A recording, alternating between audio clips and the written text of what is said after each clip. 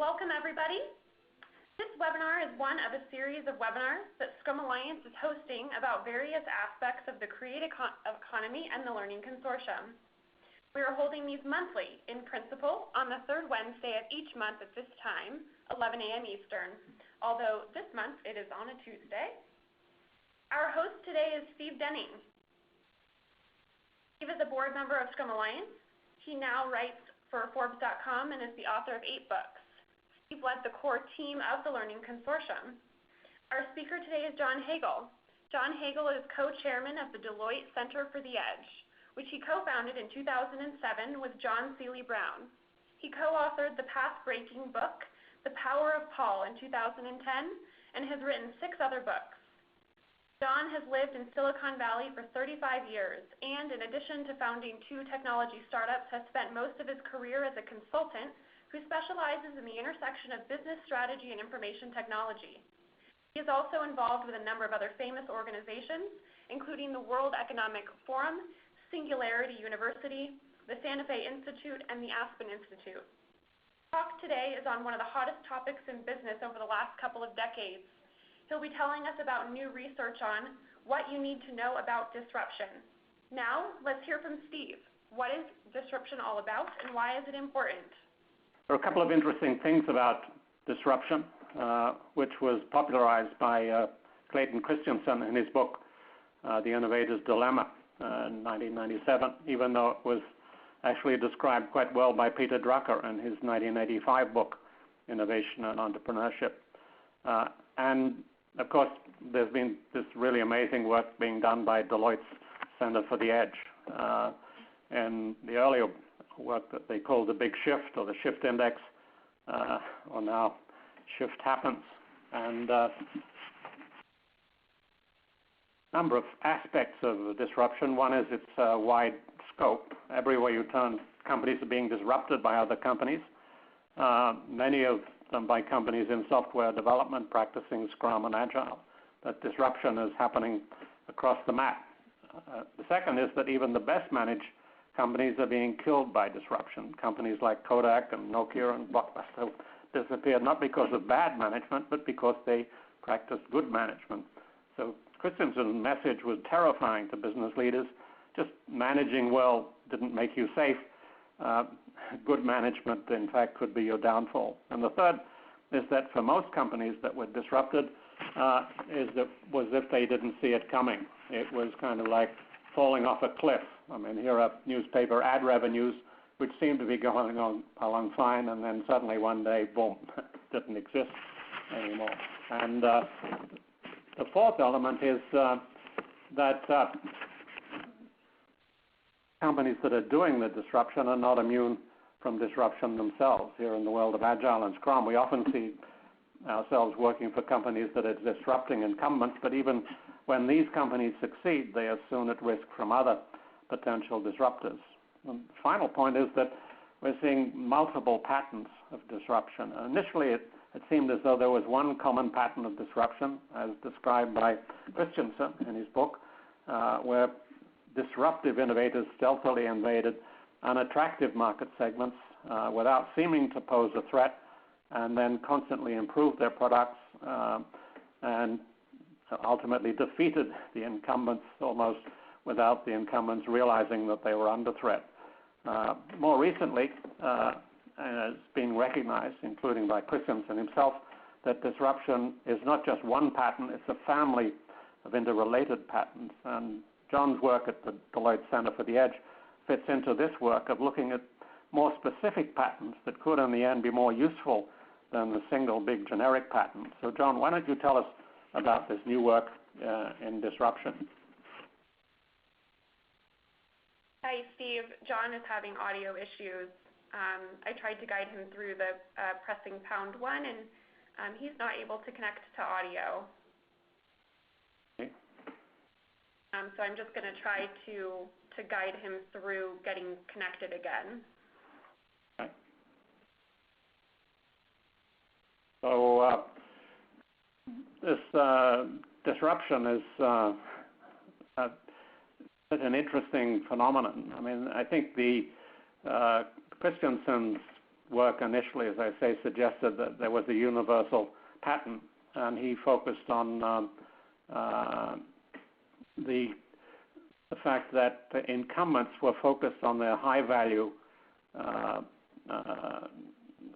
customers, and they were looking to make improvements for the high-value customers because that's where they got their revenues. Their low-value customers, the customers that they didn't really want, they were kind of happy when somebody showed up with something that took care of those customers, and often it was a low-quality product, and so it didn't seem like a threat to the incumbents. And then, as the low-quality product was steadily improved and was a low-cost product, eventually even the high-value customers said, "Hey, why don't we shift to that?" So you saw that with the Sony Walkman, and you saw it with many fields where a low-value product sort of came from above. There's a discussion going on as to why companies didn't take the threat seriously.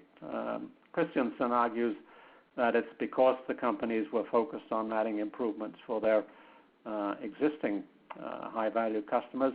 There's a new book out by someone called Gantz, Professor Gantz, called The Disruptor's Dilemma, and he argues that it's a bit different, that it was the reason why these incumbents didn't respond to their firms was because they couldn't. It wasn't because they were focused on doing other things. It was because the new technology involved fundamental readjustments in the way the whole organization was structured. And with the silos and layers that were in place for the existing technology, they simply were unable, weren't flexible enough to respond to the threat. And so they were kind of like Bambi in the headlights. They just looked at it and it happened. And so Blockbuster and Kodak, they kind of knew it was happening, but they just weren't able to adjust. And Gantz's recommendation, which is actually pretty interesting, is that the firms have to become agile in a sense, although he doesn't use the term agile. I mean, he's basically talking about the whole organization becoming agile and becoming one where they are able to adjust on the fly to new technology, and in a sense, it's very much part of the whole what we would call agile and in a sense Scrum. So it's a pretty interesting evolution. So that discussion is going on. Christensen and Gantz are in conversation. In fact, Christensen played an important role in reviewing the book before it was published and discussing with Gantz. And in fact, I'm hoping that Christensen will be available to talk with us in one of these webinars later in the year. He has a website coming out that is going to be putting in one place all of these different theories and approaches to disruption, because it's becoming apparent that there are different viewpoints, there are different emphases, there are different perspectives, and the perspective that John and the Center for the Edge at Deloitte is doing, I think, is really one of the most interesting ones. And there's an article coming out about it in Strategy and Leadership, the next issue of that journal, and it will be the lead article highlighting just how important these insights are. Because when you look at disruption as a sort of universal phenomenon, as Christensen and Gantz describe it, it can be difficult to see in practical terms what you need to say. But what John is coming up with, and the Center for the Edge is coming up with, is an approach where you look at intermediate patterns. They're not just single company stories, one-off stories, where it's hard to say, well, that was Nokia, or that was Kodak, or that was Blockbuster, but intermediate patents where you start to see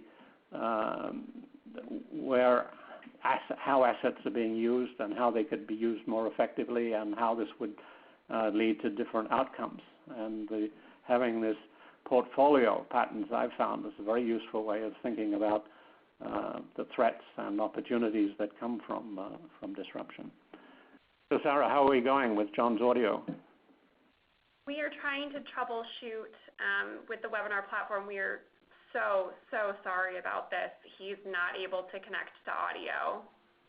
Okay. You can't have him phone in to you? Hello? Hello? Is John? Is that John? It's John. Oh my goodness. We've been disrupted. Oh my goodness. Okay, fantastic. Sorry about that. All right, John. I guess it's over to you then. And so we're on the slide that says Beyond Unicorns, right? Just to check. Right. Yeah, so just as context, what we were trying to do in the research initiative was take a widely and loosely used term and try to find a way to apply it more rigorously to try to help executives anticipate the challenges and opportunity that can be created by disruption. So that was really the genesis of the work we did. Today I thought in the time we have available that we could talk about broadly about disruption, create some clarity amidst the chaos, review a couple of disruption case studies to help make it come alive, and then have some time for Q&A so that we can see what's on your minds. So with that as context, let's talk a little bit about disruption. Clearly, nobody needs to know that the newspapers are full of stories about disruption all over the place. My favorite is the Encyclopedia Britannica. I just bought the last issue before it went out of print. But it's not just news stories. It's you can do the analytics. One of my favorite is one of my mentors, Richard Foster, Dick Foster, did a study on the average tenure on the S&P 500 and went back earlier than 1958. But in 1958, it was 61 years once you made it onto the S&P 500. By 2012, the average lifetime had declined to 18 years, so a greater than two-thirds decline in average life over a period of about 50 years. So significant increase in mortality rate of leading companies, not just all companies, but leading companies. Something clearly is going on in the environment that is changing things. And part of that is what we call the big shift. We've done a lot of work on the long-term trends that are playing out on the global business landscape, and believe that there are some fundamental trends. One way of thinking about the pressure on companies is, at one level, the impact of digital technology and a host of other changes in the global landscape are giving consumers much more power. They have more visibility into options, more options to choose from, more information about those options, and it's easier for them to shift from one vendor to another. So they've got a lot more power. On the other side, not as widely recognized, is that knowledge workers are gaining more power. In our big shift analysis, we showed that over a period of decades, knowledge workers' total cash compensation has gone up significantly. And we believe, again, part of it is the pressure that companies face. Talent is becoming more and more critical to their success. The talent has more visibility into options and is more willing to move from one company to another if they're not getting paid what they believe is their fair wages. So the result is companies are caught in the middle with this pincer movement of more powerful consumers, more powerful knowledge workers, and experiencing mounting performance pressure. So with that, maybe we could shift to our first poll question and see what you're experiencing. Yes, so the question is, how is your company currently being affected by the big shift? The potential answers will be: do not feel the impact, feel impact in some parts of the organization, feel moderate impact across the organization, actively worried about fundamental shift in the industry, not applicable, or not sure. So I'm going to go ahead and launch the question. Please submit your responses. We'll give people about 30 seconds.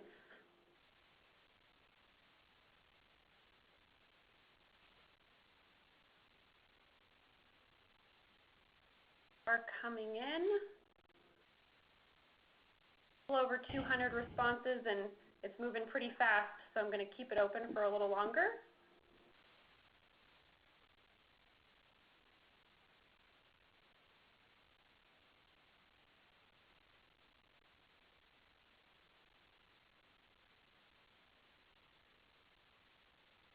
Answers are starting to slowly trickle down. All right, I am going to go ahead and share the results. So it looks like about 30% feel moderate impact, 27% feel the impact in some parts, about 20% are actively worried, 14% are not sure, 6% not applicable, and 3% do not feel the impact. I'm going to go ahead and close the poll. And so John, what are we going to do about that?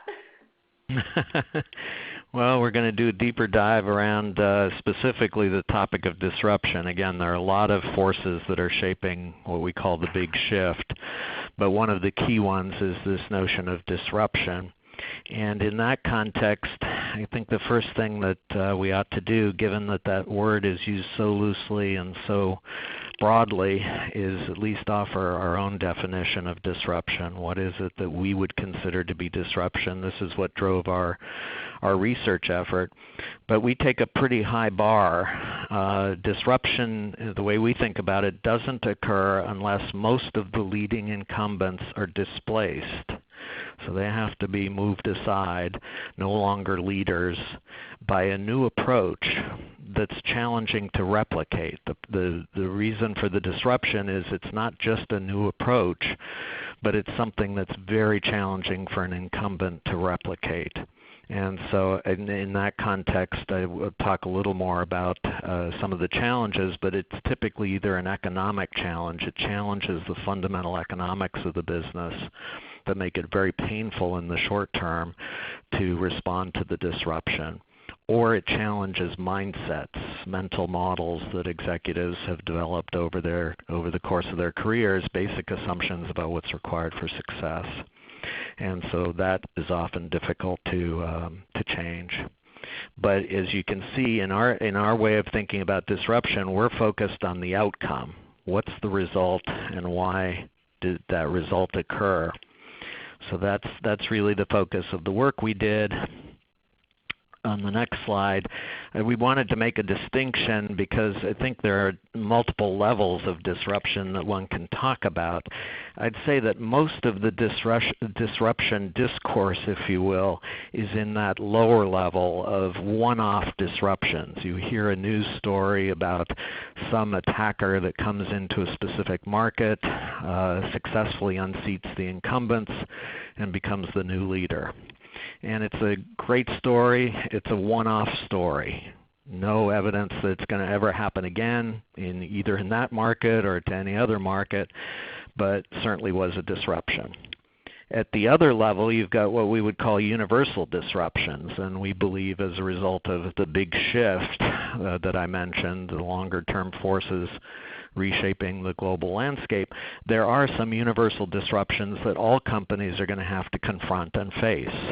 One of them actually was the topic of my latest book called The Power of Pull, moving from a world of push to a world of pull, which can be highly disruptive for everyone. But what was really interesting to us was that layer in the middle that we called patterns of disruption, because we had a hypothesis that there were certain types of disruption that would occur in some markets, but not all markets. So they're not universal and they're not one-off. And we couldn't find a lot of discussion or analysis around what those patterns of disruption might be. And so that was really the area we chose to focus on as we did the deep dive into disruption and patterns. And so in that context, we ended up with a framework for thinking about disruption from the incumbent's perspective. And it started with the notion, again, of what is the pattern? How does it manifest? How would you describe the pattern in terms of what happens in the marketplace? But secondly, and most interestingly on the lower right, we wanted to focus on what we called conditions, which is where are these patterns most likely to play out? Again, the thesis is it's not in all markets, but if we could be articulate about what conditions would have to hold in a market to make it vulnerable to that pattern, that would be very helpful to executives who could then say, well, I'm in that kind of market. I better watch out for this pattern. And then the third piece to the puzzle on the lower left is what we called catalysts. As has often been noted in business, timing is everything. And so you can talk about a pattern of disruption and the fact that a market is vulnerable to that pattern, but one of the key questions is when. Is it immediate, or is it 5, 10, 20 years from now? The catalyst focus is our attempt to give executives indicators of what would you look for to say the timing is now or imminent, and you should really be focused on this. And then finally, there's the fourth piece, which I indicated earlier, which is the challenge. Why is it so challenging? So, okay, now you've seen this pattern of disruption. You believe it's imminent in your market. Why is it going to be so challenging to respond to that disruption and turn it from a challenge into an opportunity? And so that really was the overall framework that drove our work as we tried to lay out the different patterns that are playing out. So if we, on the next slide, I'll do the big unveil. We ended up, at least in the course of our work, identifying 9 patterns of disruption that again meet that criteria that they are likely to hit more than one market, but not all markets. And to simplify life, because 9 is a lot to internalize, we found that they actually fall into 2 broad buckets. On the right-hand side, there were a set of patterns of disruption that primarily were disrupting because they were transforming the value-price equation. They were fundamentally altering the economics of a business in a way, again, that was very challenging for incumbents to respond to. But it was basically that rethinking of the economics at a fundamental level. On the left-hand side, we had another category, which were patterns of disruption that tended to focus on harnessing network effects. And the network effects notion is that these are situations where the more participants that join into some activity, the more value that gets created. And the harder it is for somebody who's late, as a late entrant, to try to challenge that network because it's achieved critical mass and there's more and more value, exponential value being created. So there are 5 of the patterns fit into that category of disruption. And ultimately our belief is actually the harnessing network effects patterns are the more enduring and more challenging to respond to. So those are the ones that we particularly advise executives to pay attention to, and if you're an incumbent. And then if you are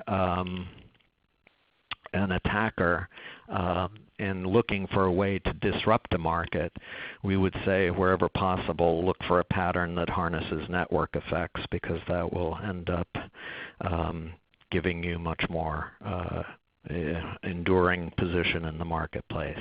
Not to say you couldn't be disrupted with network effects, but it's much more difficult than if you just do transform the value price equation. I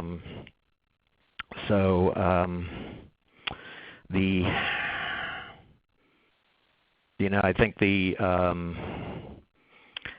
just a quick example on the transform value price equation, we have one pattern that's called shorten the value chain. And if you think about the early stage of disruption in the camera business, the photography business, the first wave of disruption was really shortening the value chain. It was digital cameras that came into a marketplace where one of the biggest activities and time consumers in taking photographs was you had to take the film, get it developed, pick it up. Digital cameras removed all of that, significantly shortened the value chain from a customer viewpoint and from a provider viewpoint. Very interesting, highly disruptive. What happened?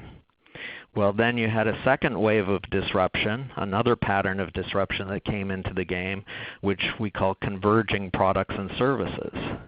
That digital camera that used to be a standalone camera increasingly is embedded in a smartphone or another portable digital device. So those standalone digital camera makers increasingly were disrupted by another wave of disruption. So that's just an illustration of the kind of, yes, you can disrupt through transforming the value price equation, but watch out because there may be other patterns quickly following suit and disrupting your disruption. So with that, maybe we should turn to another polling question. Sarah? All righty.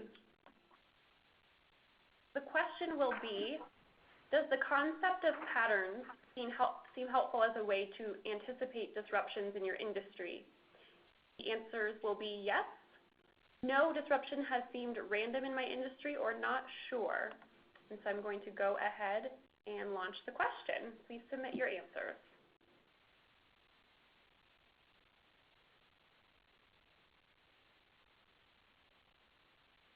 Responses are coming in pretty fast.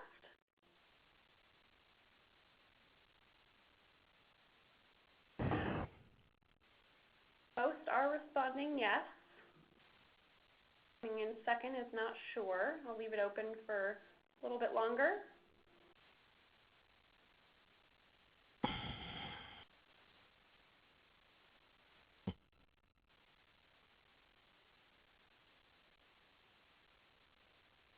Right, responses seem to be slowing down, so I'm going to share the results.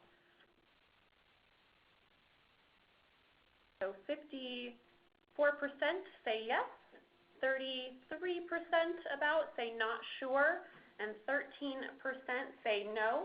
Disruption has seemed random. And so John, what does that mean? Well, it's good news. It's a new concept, so the fact that over half see value in it immediately, that's great. The others that are not sure, I'm not yet finished with the presentation, and there's a lot more material to back it up, so hopefully can persuade them that it's interesting. And those who say it seems random, I mean, yes, I don't want to be interpreted as saying that disruption cannot be random. Some disruptions will still be random. There's no question. But what we're trying to do is focus executives on the disruptions that you can have a better chance of anticipating rather than just sitting back and waiting for totally random things to happen. So let me just continue on with some of the research that we did. I mentioned this whole notion of conditions, market conditions. What would you look to in terms of evaluating whether a market is vulnerable to a particular pattern of disruption? And it's clearly going to vary depending on the depending on the pattern. But broadly, we ended up focusing on 3 market conditions that seemed to be most helpful in determining vulnerability. One was product characteristics, things like the modularity of the product or pricing of products that either would make them more vulnerable or less vulnerable, again, depending on the pattern. Second big area of conditions had to do with demand characteristics, looking at the customer side. What are customers, how are customer needs expressing themselves, how are they evolving? What's the composition of the market? Do you have very fragmented customer sets or very concentrated customer sets? And then industry structure, things like the value chain complexity, supply constraints, asset structures or regulatory conditions. So those would be another set of factors to look at. And I should say, I'm going quickly through this because to go in depth on the 9 patterns and the conditions for each of the 9 patterns would take us, I think, a full day here. But we do have research reports around each of the patterns that we've looked at, each of those 9 patterns. And in each of those research reports, we go into a lot of detail on our analysis of the market conditions for each pattern that would make a market vulnerable or less vulnerable to that particular pattern. So I encourage those who are interested to do a deeper dive. So the other question on the table was this question of timing. Yeah, my market may be vulnerable to this pattern of disruption, but is it happening today, tomorrow, 10 years from now? Again, we came up with a set of categories of things to look at to determine timing issues relative to each of these patterns. So one of them had to do with enabling technology, the availability of certain kind of technology. For example, in a number of markets, the technology is making the means of production much more accessible to a broader range of people. Well, for certain patterns of disruption, that's really important, and when that starts to happen, you better be careful. Another one is customer mindset shifts. One shift an example would be from wanting the best to accepting the basics in a particular product set or marketplace. When you start to see those customer mindset shifts occur, watch out. Timing is imminent. Platforms, the availability of certain kinds of aggregation and social platforms can often significantly accelerate the timing for a pattern of disruption to play out in a specific market. The broader macroeconomic forces, things like a downturn in the economy, can accelerate certain patterns of disruption, the adoption of certain patterns of disruption. And then public policy, for sure, is always a bit of a wild card, but depending on where regulation goes at any point in time, markets or industries that might have been protected by regulation can suddenly be exposed, or alternatively, if they're exposed, they might be able to hide behind a new regulation or new law that helps them to stave off the disruption. So the catalysts, again, the whole focus here is on the timing factor in terms of how quickly is this particular pattern likely to play out if you're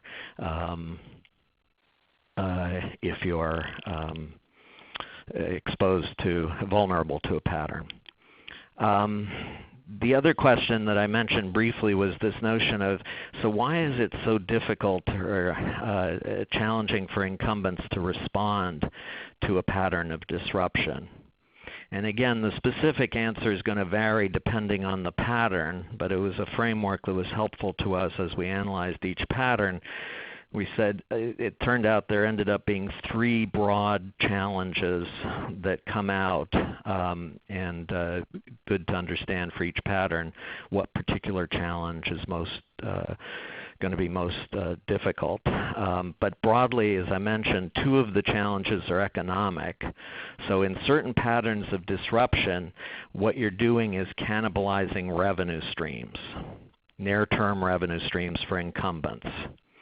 And the incumbent could respond, but they would have to walk away from a significant amount of their current revenue and profits. And as we know, particularly if you're a public company, that's a very difficult thing to do. You've got a lot of explaining to do to your shareholders in that case. And on the other side, the other economic challenge often is that a pattern of disruption could render a significant number of your assets obsolete. You may have to write off a lot of assets that previously were hugely valuable, but given this new disruption suddenly become irrelevant. And again, from a public company viewpoint, that's a very difficult step to take, to walk in and say, you know, all those assets on our balance sheet, guess what? They're not worth anything anymore. And then finally, the other big challenge, and from my perspective, probably the biggest challenge in my experience dealing with companies facing disruption, is the mindset issue. Many of these patterns of disruption challenge core assumptions about what's required to be successful in a business.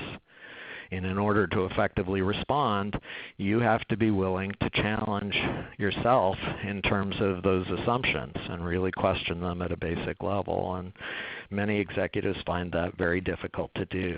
So that's often one of the biggest obstacles to responding effectively to disruption. So with that, I think we have another poll question coming up, Sarah. Indeed, we do. Question will be, if you were to assess your industry's vulnerability to the align price with use pattern, which catalysts do you think would be most important to understand? The options will be enabling technology, customer mindset shift, platforms, economy, public policy, or not sure. And so I will go ahead and launch the question. Please submit your answers.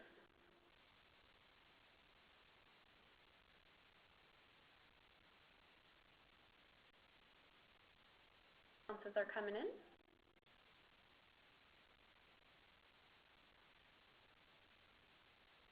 Seems most are responding customer mindset shift.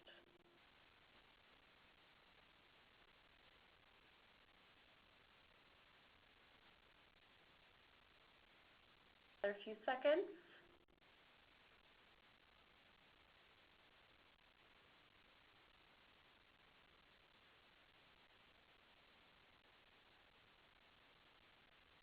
Right, I'm going to go ahead and share the results.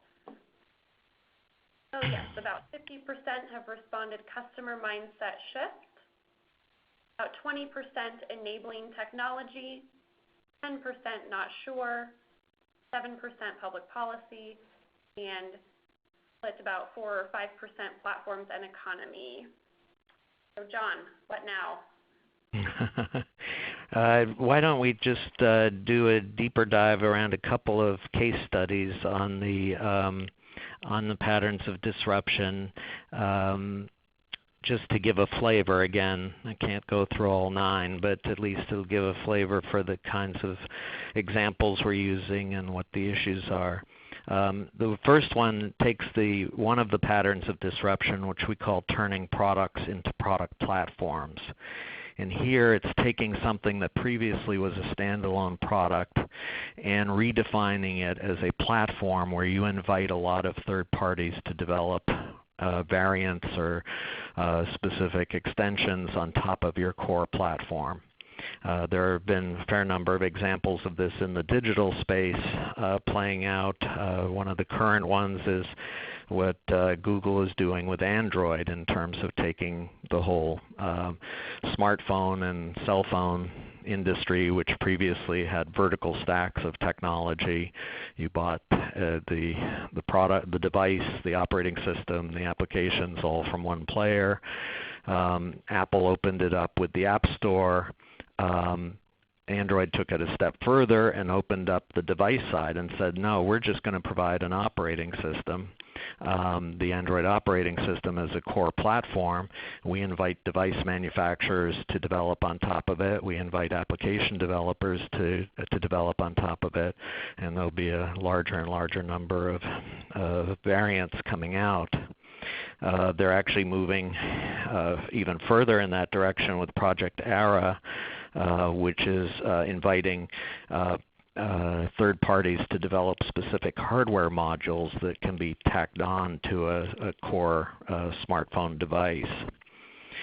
So that's a current illustration of one of these patterns in play, not fully played out yet. But it's interesting if you look, if we go to the next slide, if we look at the conditions that would lead to a market being vulnerable to this specific pattern, the markets with a very standardized set of products in the marketplace, but when you look at how the product's being used, there's quite a diversity of how the product is used, and where there's a lot of interdependency on third parties for usage, would make, in our perspective, a market vulnerable to this particular pattern. In terms of catalysts, digital infrastructure providing connectivity, moving in terms of customer mindset and preference from consumers to customizers, and the availability of platforms increasing collaboration would increase the immediacy of this challenge. And in fact, in this particular pattern of disruption, the challenges are all three. They're both of the economic challenges as well as the mindset challenge. If you look at markets that we believe are vulnerable to this pattern, down at the bottom, home appliances is a really interesting one. You've actually got GE took their appliance business and started to redefine their appliance products as platforms. Automotive manufacturers, there are a series of interesting initiatives around redefining the automobile as a platform that invites third parties to develop lots of extensions and variations on it. And then even furniture. So some very unexpected areas where this could play out in a very disruptive way. And then on the right-hand side, there are a couple of industries, just as illustrations, that we believe would be less vulnerable to this particular pattern. So that's one example. If we look at another example, we had one that we called converging products. Here's where you take what used to be completely distinct products and converge them into a single product offering. The example here is the smartphone. Again, I mentioned earlier, increasingly the smartphone is a camera, a flashlight, a calculator, alarm clock. A lot of different devices that were standalone are now converged into this one product. And then on the other side, you've got Qualcomm as a leader in the system on a chip kind of notion, which is taking what used to be very discrete digital circuits and as standalone chips and integrating them into a system on a chip. And this falls into the broad category of transforming value-price equations. And in this context, if you just look at smartphones as the example of converging products and services, where is this going to play out? It'll play out where you have a lot of established products, but basic functionality really is all that's required to meet most consumer needs. And the different products, the diverse products, all have some kind of shared infrastructure in terms of core technology or functionality that could drive that product. In terms of catalysts, when you start to see smaller, faster, cheaper components coming out, when you see the consumer shifting from wanting the best to accepting the basics, and when you see an increased desire for more versatile products, then that would indicate timing is much more immediate. And in this case, the particular challenges in responding have to do with the assets, writing off assets. You've often got facilities that are not optimized for these new converged products and basically have to write off a lot of your fixed investment, and it changes assumptions about what customers value. In this context, we had two markets that we identified that we believe are vulnerable to this particular pattern. At the bottom, financial services, specifically insurance, and then also medical devices.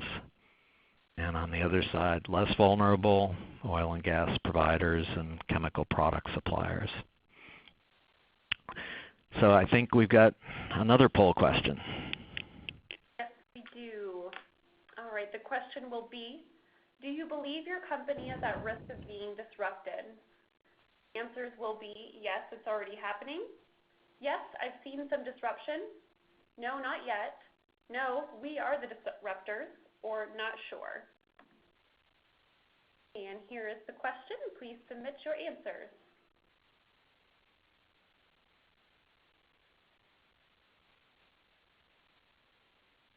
Right, so far in the lead we have yes, I've seen some disruption.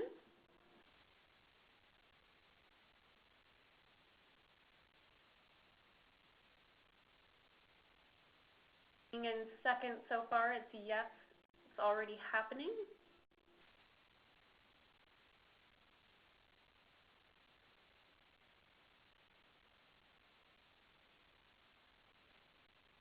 Right, and responses are slowing down, so I'm going to go ahead and share the results. About 40% yes, I've seen some disruption. 25% yes, it's already happening. 14% no, not yet. 11% no, we are the disruptors.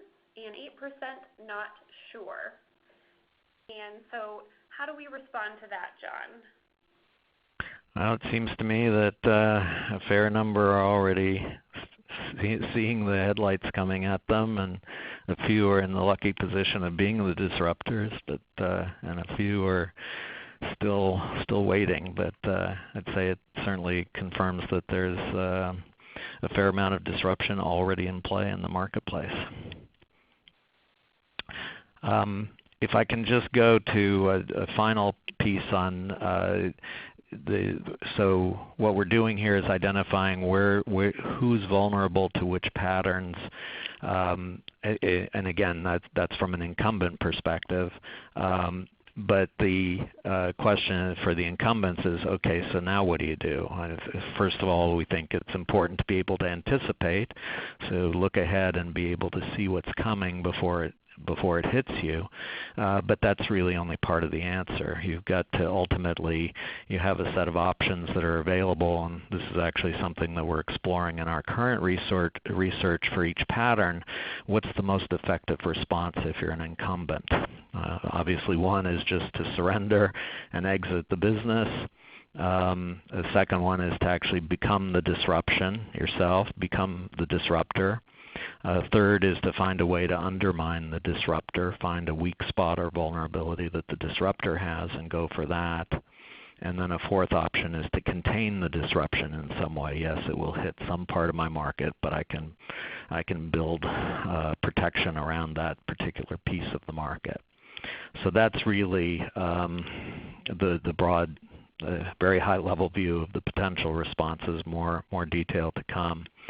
But I do want to make sure we leave time for a Q&A, and I think we've got some questions, and I know, Steve, you've got a question yourself there. Yeah. Let me combine it with one of the questions we've got about the airline industry. I'm thinking, we've been talking about the constraints, the management assumptions, which you cite as a major constraint, as well as the economic factors that leave managers reluctant to make changes. So what is the biggest obstacle in terms of learning to deal with it? You have these options like exiting or surrendering or containing the disruption, but if the real constraint is management assumptions, how do you deal with that? And say in the airline industry, to take a particular example, what would it mean to be thinking seriously about disruption and how do you overcome the obstacles to dealing with it in the airline industry? Well, I'm by no means an expert in the airline industry. I'll say in general that I do believe the mindset and key assumptions are the biggest obstacle or challenge in addressing disruption. Part of it is, again, what we're hoping with these patterns, the analysis we're doing around patterns, is being able to show executives there is a pattern on the horizon ahead of you.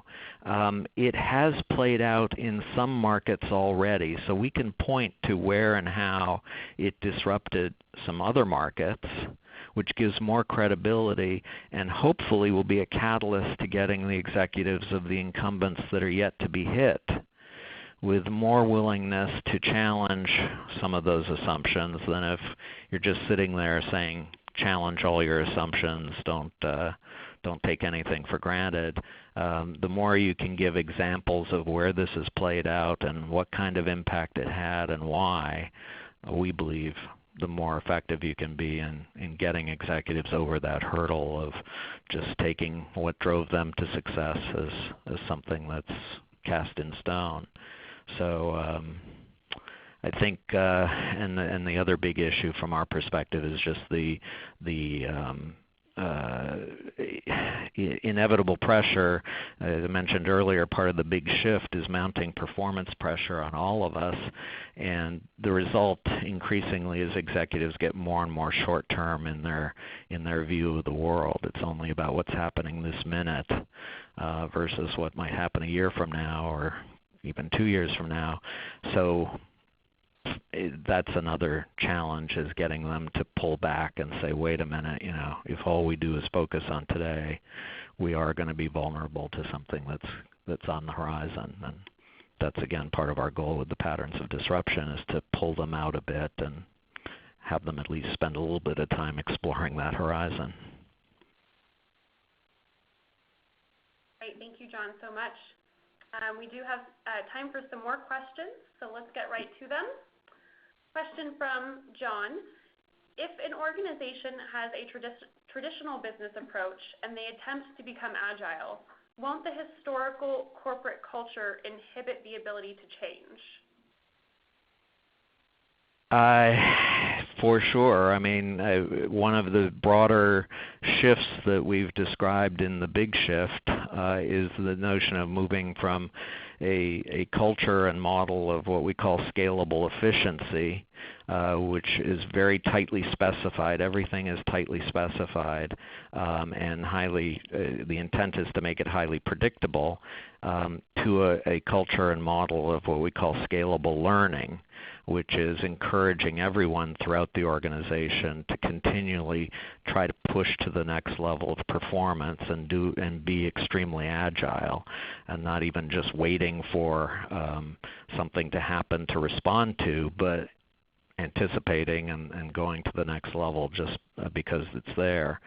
And that's a huge cultural shift, and I think, again, has the potential to be very disruptive for a lot of the leading incumbents because they are so wedded to that scalable efficiency model. And as it happens, our webinar next month will be exactly on this topic. How do you change an organizational culture? We'll be having Kurt Carlson, who has long experience in doing exactly that. Thank you, Kurt's great. Big fan of his.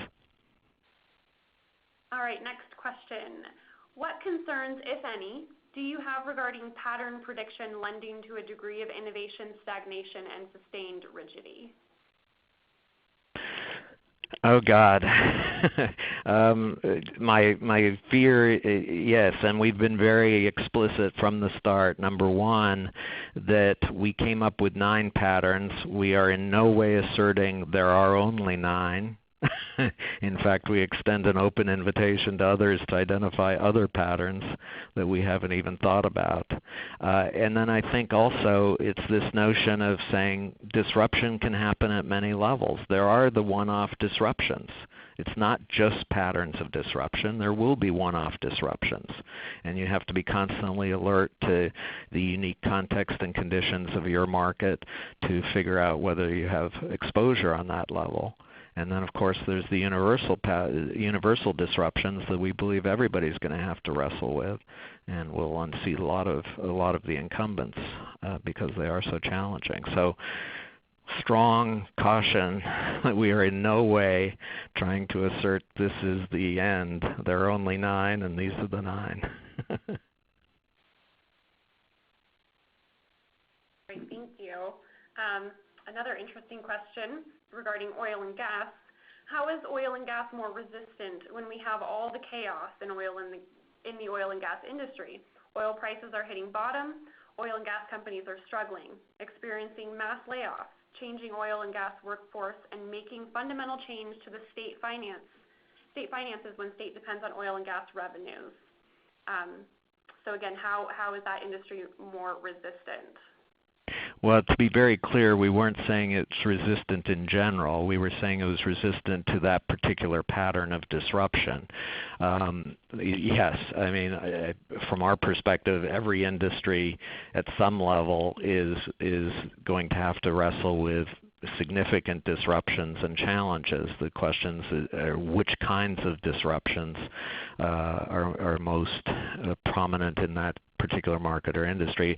Oil and gas in particular, I mean, at a global level for sure, the geopolitical environment is a huge potential driver of disruption. I mean, regime changes in certain countries can dramatically alter the supply-demand characteristics and unseat incumbents and bring in new players.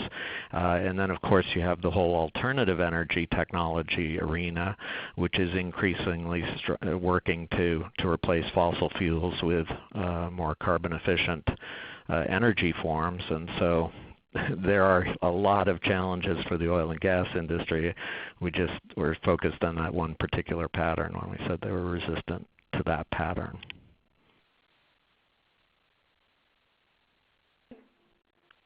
And Scott asks, I'm not looking for a silver bullet. What has been the top few things you've seen work to help people who don't want to change, accept and embrace the disruption? Well, there is no silver bullet, that's for sure. One of the things that we're very enthusiastic and optimistic about is an approach that we call scaling edges. And if you are interested, we have a research report that's freely available from the Center for the Edge on scaling edges. But it basically deals with the question of how do you get large-scale organizational change to happen, which is typically extremely frustrating and often meets with failure. The notion of scaling edges is rather than trying to go in and transform the core, find an edge to your business that today has modest revenue and profitability, but if you understand the global forces that are playing out, has the potential to scale so rapidly and to such a degree that it could actually become the new core of your company. The bulk of your revenue and profits would come from that edge. And use that edge to demonstrate the alternative ways of doing business that are so difficult to get the existing core to accept or to embrace. So using that edge as the model to show that you can get dramatic impact if you change the way you do business. Okay, thank you so much. Before we go, we did have more questions, and following this webinar, we will attempt to answer as many as possible, include that in the follow-up email out to everybody. But let's do one last poll. And so the question is, are you interested in receiving ThoughtWare, podcasts, or other relevant perspectives from the Edge Insights from Deloitte? Yes, no, I already received these insights. So go ahead and let us know. And another question that came in that I can actually answer myself is, will this webinar be recorded and the slide deck available? Yes, it will be, or it has been. We will send out a link to the recording, a PDF of the slide deck, and we will post the Q&A.